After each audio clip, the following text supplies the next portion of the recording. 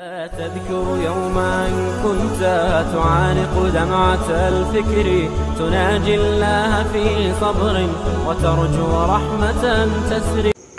تو اللہ تبارک و تعالیٰ نے قرآن مجید کے اندر اپنی صفات ہم کو بتائی اور اپنی تعریف میں فرمایا الحمدللہ رب العالمین.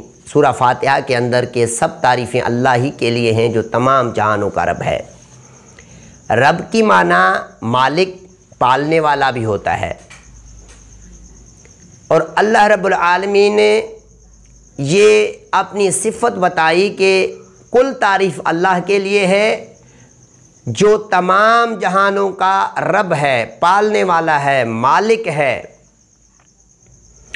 تو اللہ رب العالمین کے سوا کسی نے بھی یہ دعویٰ نہیں کیا مخلوق میں کہ میں پوری مخلوق کائنات کو میں کھلاتا پلاتا سلاتا ہوں اور میں ان کا مالک ہوں اور میں نے اس سے پیدا کیا ہے، سوائے میرے مالک حقیقی اللہ رب العالمین کے. تو اللہ تبارک و تعالیٰ نے اپنی صفت جو ہمیں بتائی کہ میں تمام جہانوں کا رب ہوں. اللہ تبارک و تعالیٰ نے فرمایا قرآن مجید کے اندر، اللہ رب العالمین نے فرمایا کہ کل اے نبی تم کہہ دو یا فرماؤ من رب السماوات والارض قل اللہ. ان سے پوچھو یا ان سے کہو یا سوال کرو ان سے کہ زمین اور آسمان کا رب کون ہے؟ قل اللہ، کہہ دو کہ اللہ. سورہ رعد کی آیت نمبر 16 میں. اور اللہ تبارک و تعالیٰ نے اس آیت کے اندر زمین اور آسمان کے رب ہونے کے بارے میں ہمیں بتایا کہ زمین اور آسمان کا رب کون ہے؟ کہہ دو کہ اللہ.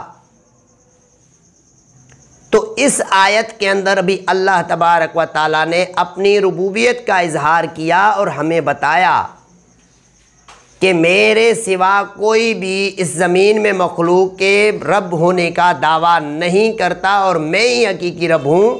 جو دعویٰ کرتے ہیں ان کی دعویٰ میری صفات کے سامنے کچھ بھی نہیں ہے، ان کی دعویٰ صرف اپنے دعویٰ تک ہی محدود ہے. فرعون نے جو دعویٰ کیا وہ حاکمیت کا دعویٰ تھا. فرعون نے بھی جو دعویٰ کیا وہ حاکمیت کا دعویٰ کیا کہ میں ملک مصر کا بادشاہ ہوں، میرے محل کے نیچے نہریں بہہ رہی ہیں، بہتی ہیں، کیا تمہیں نظر نہیں آتی؟ اس نے بھی اس کو پیدا کرنے کا دعویٰ نہیں کیا. اگر وہ اس کا پیدا کرنے کا دعویٰ کرتا تو ایک اپنے لیے بیٹا بنا لیتا. موسیٰ کو کیوں اپنا بیٹا بنانے کے پر جو آمندہ ہو گئے، مطمئن ہو گئے اور اس کو پالنا پوسنا شروع کیا. تو اللہ تبارک و تعالیٰ نے قرآن مجید کے اندر ہمیں بتایا کہ اے نبی ان سے پوچھو کہ زمین اور آسمان کا رب کون ہے؟ کہہ دو کہ اللہ. اور اللہ تبارک و تعالیٰ نے قرآن مجید کے اندر سورہ دخان سورہ نمبر 44 کی آیت نمبر 6 اور 7 کے اندر ارشاد فرمایا کہ رب السماوات والارض وما بینہما ان کنتم موقنین.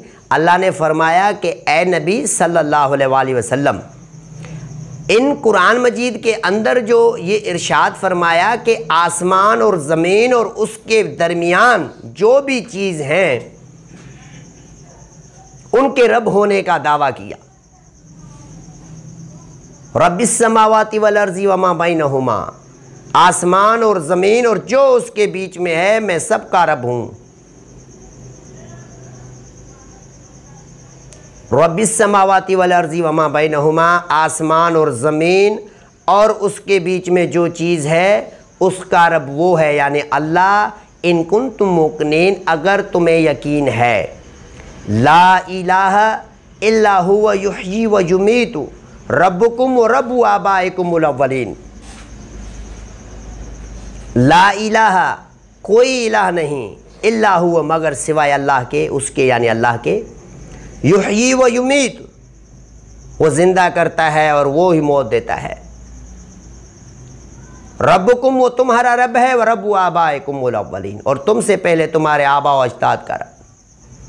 تو اللہ تبارک و تعالیٰ نے اس قرآن مجید کی آیت کے اندر اپنی ربوبیت اور معبودیت کا اقرار کیا اور ہمیں خبر دی کہ رب السماوات والارض وما بینہما ان کنتم موقنین لا الہ الا هو یحیی و یمیت ربکم و رب آبائکم الاولین، سورہ دخان کے اندر، سورہ نمبر 44 کی آیت نمبر 7 اور 8 کے اندر ربوبیت کے ساتھ معبود ہونے کی خبر۔ تو کہنے کا مقصد یہ ہے کہ اللہ کے سوا کوئی بھی اس دنیا میں ہمارا رب نہیں ہے، تو ہمیں اپنے رب کی معرفت حاصل کرنی چاہیے اور اس کی عبادت کرنی چاہیے، اور ہمیں اس کو سمجھنا چاہیے جس نے ہمیں پیدا کیا کہ ہم نے اس کے لیے کیا کیا۔ ہم کن کے چکر میں گھومتے پھرتے ہیں جنہوں نے کچھ بھی پیدا نہیں کیا؟ جب زمین اور آسمان اور اس کے درمیان جتنی بھی چیزیں ہیں سب کا دعویٰ اللہ نے فرمایا کہ میں ان کا رب ہوں، میرے سوا کوئی الہ نہیں، میں زندگی دیتا ہوں، میں مارتا ہوں، میں زندہ کرتا ہوں، میں مارتا ہوں، میں تمہارا رب ہوں، تم سے پہلے تمہارے باپ داداؤں کا رب ہوں۔ اس آیت کے اندر جب میں نے غور کیا تو مجھے بہت حکمت نظر آئی۔ پہلی چیز کہ اللہ تبارک و تعالیٰ نے اس آیت کے اندر ہمیں سمجھایا کہ میں آسمان اور زمین کا رب اور جو اس کے بیچ اس سب کا رب میں ہوں۔ اگر تمہیں یقین ہے، یعنی مومن کو اللہ پر یقین ہونا چاہیے کہ آسمان زمین اور جو اس کے بیچ میں ہے سب کا رب میرا رب ہے، یہ میرا یقین ہونا چاہیے، اس کے سوا کوئی معبود نہیں۔ یعنی زمین اور آسمان کے اندر کوئی مجھے مشکل آ جائے تو میں اپنے معبود کو پکاروں، میں اللہ رب العالمین کو پکاروں جو میرا حقیقی رب ہے، میں کسی اور کی طرف متوجہ نہ ہو جاؤں۔ اور یہی درس ہمیں انبیاء کی جماعت نے دی جو میں آگے چل کے ذکر کروں گا۔ مشکلیں آئیں، تکلیفیں آئیں، اپنے رب کی طرف رجوع کیا۔ یہی چیز بتا رہی ہے یہ آیت سورہ دخان کی کہ آسمان اور زمین اور جو اس کے بیچ میں ہے سب کا رب وہ ہے، یعنی اللہ۔ اور اس کے بعد اللہ نے فرمایا اگر تمہیں یقین ہے، ان کنتم موقنین، اگر تمہیں یقین ہے، لا الہ، کوئی الہ نہیں، یعنی تمہیں کوئی بھی تکلیف ہو جائے، زمین آسمان کے اندر انسان کی ضرورت کی چیزیں ہیں، تو میرے سوا کوئی معبود نہیں، میرے سوا کوئی الہ نہیں، الا ہوا، مگر سوائے اس کے، یعنی اللہ کے، یحیی و یمیت، وہ مارتا ہے، وہ زندہ کرتا ہے، ربکم، وہ تمہارا رب ہے، یعنی تمہارے پالنے والا ہے، یعنی تمہاری زمین اور آسمان کے اندر جتنی بھی ضرورتیں ہیں اگر تمہیں پیش آ جائیں پریشان، تو تمہارا حق بنتا ہے کہ تم مجھ سے مانگو، کسی اور سے مت مانگو۔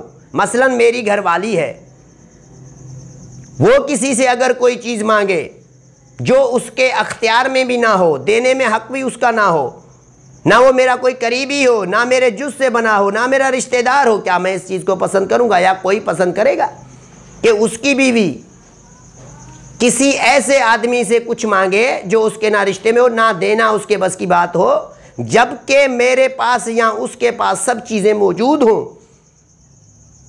ہرگز بھی نہیں۔ تو اللہ کیسے یہ چیز برداشت کرے گا کہ کوئی بندہ اس کے ساتھ شرک کرے، اس کے ساتھ کسی اور کو رب مانے؟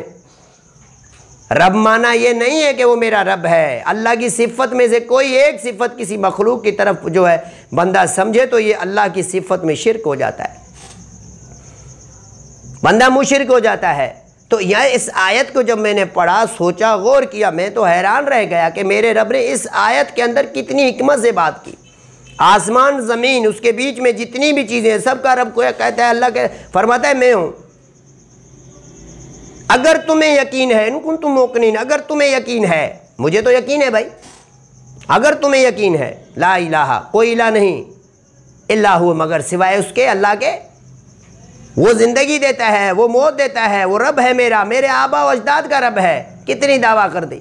یہاں پر جو بندہ سوچتا ہے کہ یہ میرے بیٹے اور میری بچیاں مجھے کسی اور نے دی، وہ اللہ کے پیدا کرنے میں شریک بنا رہا ہے اس کو، کہ اللہ کے سوا کوئی اور ہے جو شریک، جو پیدا کر سکتا ہے، جو یہ شرک ہے جس کی اللہ تبارک و تعالیٰ نے اس آیت کے اندر نفی کی، اور اپنے معبود ہونے کو ہمیں حکم دیا کہ میں تمہارا رب ہوں۔ معبودیت ہمیں بتائی کہ معبود کسے کہتے ہیں، اور اس کے ساتھ اپنی ربوبیت کا بھی اقرار کیا فرمایا کہ رب السماوات والارض وما بینہما ان کنتم موقنین لا الہ الا هو یحیی و یمیت ربکم و رب آبائکم الاولین۔ تو میرے بھائی بات یہ ہے کہ اس آیت کے اندر اللہ تبارک و تعالیٰ نے ایسی حکمت سے بات کی، جب میں نے اس آیت پر غور کیا میں تو دنگ اور حیران اور پریشان رہ گیا کہ اے میرے کریم رب، آپ نے یہ آیت بھی ایسی واضح اور کھلی ہوئی قرآن مجید کے اندر رکھی، مگر کچھ ایسے انسان ہیں کہ ایسی آیتوں کے باوجود بھی وہ در در ادھر ادھر بھٹک رہے ہیں اپنے رب کو چھوڑ کر۔ تو ہم کو چاہیے کہ ہم اپنے رب کی طرف متوجہ ہو جائیں، اپنے رب کی طرف جائیں۔ ہمیں مسئلے مسائل ہوتے ہیں، زمین اور آسمان کی بادشاہی اس کی ہے، زمین اور آسمان میں جتنی چیزیں اس کی مالکیت کا اللہ نے بتایا کہ میری مالکیت ہے، میں مالک ہوں ان کا، میں نے بنایا اس کو، میں ان کا رب ہوں، میرے سوا کوئی رب نہیں ہے۔ اور یہی چیز انبیاء کی سچی جماعت نے ہمیں بتایا، اور ان کے زندگیوں میں جب مسئلے پیش آئے جن کا ذکر میں آگے چل کے کروں گا بتایا، تو آگے اللہ رب العزت نے فرمایا کہ یحیی و یمیت ربکم و رب آبائکم الاولین۔ اس آیت کے اندر پھر فرمایا میں تمہارا رب ہوں اور تم سے پہلے تمہارے آبا و اجداد یعنی باپ اور داداؤں کا رب ہوں۔ رب کی معنی پالنے والا بھی ہوتا ہے، مالک بھی ہوتا ہے۔ تو میں اپنے مالک کو چھوڑ کر کسی اور سے مانگوں جس کے بس کی بات ہی نہیں میرے مسئلے حل کرنا؟ میرے دل میں کوئی وسوسہ آئے تو اسے کیا پتا، میرے تو مالک کو پتا ہے کہ میرے دل میں کون سی وسوسے آ رہے ہیں، اور میری تکلیف کسی اور کو کیا پتا۔ میں کیوں اپنے رب کو چھوڑ کر کسی اور کی طرف جا رہا ہوں؟ جو جا رہا ہے وہ آیت کے مطابق اللہ پر یقین نہیں رکھتا، اور زمین اور آسمان اس کے بیچ میں جتنی چیزیں یعنی سب کی مالکیت اللہ نے بتائی کہ میری، تو اس مالکیت کے اندر کسی کا کون سا حق بنتا ہے کہ وہ کسی اور کی چیز کسی اور کو دے سکے؟ تو اس کے بس کی تو بات ہی نہیں۔ تو ہم کو چاہیے کہ ہم اپنے رب کی طرف رجوع کریں، وہ ہمارا حقیقی رب ہے۔ تو اللہ تبارک و تعالیٰ نے اس آیت کے اندر اپنے معبود حقیقی ہونے کا اظہار کیا اور ہم کو بتایا کہ میں رب بھی ہوں، معبود بھی ہوں، میرے سوا کوئی الہ نہیں، میں تمہارا رب ہوں، تمہارے باپ داداؤں کا رب ہوں، میں نے تمہیں زندہ کیا اور میں ہی تجھے موت دوں گا۔ سب چیزوں کا اقرار کیا، تو باقی کیا چیز بچی؟ یعنی زندگی سے لے کر مرنے تک جتنے بھی مسائل ہو رہے ہیں ان کے بیچ میں جو ہماری ضرورت ہے ان کا دعویٰ بھی اللہ نے کیا کہ میں ان کا دعویٰ کرتا ہوں کہ میں نے یہ بنائی ہیں، تمہاری ضرورت کی تمام چیزیں میرے پاس ہیں، میرے سوا کسی کے پاس نہیں ہے۔ آسمان اور زمین کے اندر جو بھی چیز ہے اس کا رب میں ہوں۔ تو جو زمین اور آسمان کے اندر چیزیں ہیں وہ سب اللہ کی ہیں، اور انسان کی ضرورت زمین اور آسمان کے بیچ میں ہے، باہر نہیں ہے کہ ہم کسی اور کو لے کے جائیں کہ پاس جائیں کہ بھائی آپ ہمیں دے دو، اس کے بس کی بات نہیں ہے۔ ہماری ضرورت ہے اور وہ معبود ہے، جس کے پاس ہم جا رہے ہیں وہ ہمارا معبود نہیں ہے۔ مثلاً اگر مجھے کوئی مسئلہ پیش آ جائے یا میرے گھر والوں کو کوئی مسئلہ پیش آ جائے تو وہ جو معاملہ ہے وہ میرے پاس آئے گا، کسی اور کے پاس نہیں جائے گا۔ اگر وہ جا رہا ہے تو وہ غلط کر رہا ہے، اس کی سزا گھر والے انہیں دیں گے۔ تو یہی معاملہ اسلام کے اندر بھی ہے کہ ہم اپنے رب کو پہچانیں اور اس کی طرف رجوع کریں، یہی ہمارے لیے سب سے اچھا ہے۔ جو انسان اپنے رب کی طرف رجوع نہیں کرتا دراصل وہ انسان اللہ کی صفات میں شرک کرتا ہے۔ اگر وہ اللہ والی صفت سمجھ کر کسی اور سے کوئی چیز مانگتا ہے جو انسان کے دینے اور لینے کے بس کی بات نہیں ہے تو وہ اللہ کی اس صفتوں میں شریک کر رہا ہے، شرک کر رہا ہے۔